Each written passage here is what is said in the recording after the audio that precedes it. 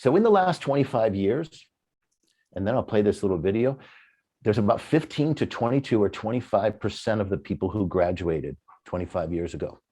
So if I use the flea example, this is the space, this was the baseline right here of people coming in. This was the baseline that they all met to come in.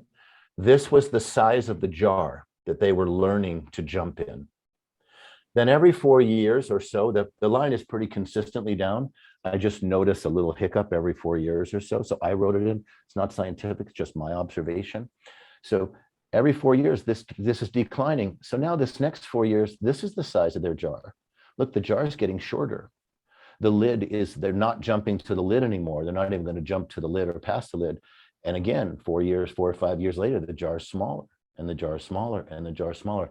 Look what happened to the numbers of graduates, 15 to 25% in here, then about 10 to 15% in here, and then down to 7 to 10% here, maybe sometimes pushing back up to 15. Again, we had this fluctuation. And then just like any erosion, pretty soon the house collapses. So about 2018, the numbers plummeted. You see this in a lot of areas in the civilian community. It plummeted, and all of a sudden we had this 3, 4, 5, 6% graduation rate. Look at the size of the jar. Look at what happened. Incrementally, the jars just kept getting smaller. Every single generation, I call those generations 4 years for the main reasons of high school and college. So I find that shift to last about 4 years.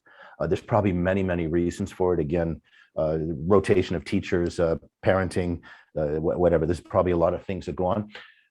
The jars keep getting smaller. So that means you and I are down here in these jars. But what you and I also know is if we buy into this at all, this is also your jar. You just don't know it. You just don't realize that that's still our jar. We're still in this jar. No one's actually keeping us down here. We just keep evolving into a psychologically smaller and lower jar.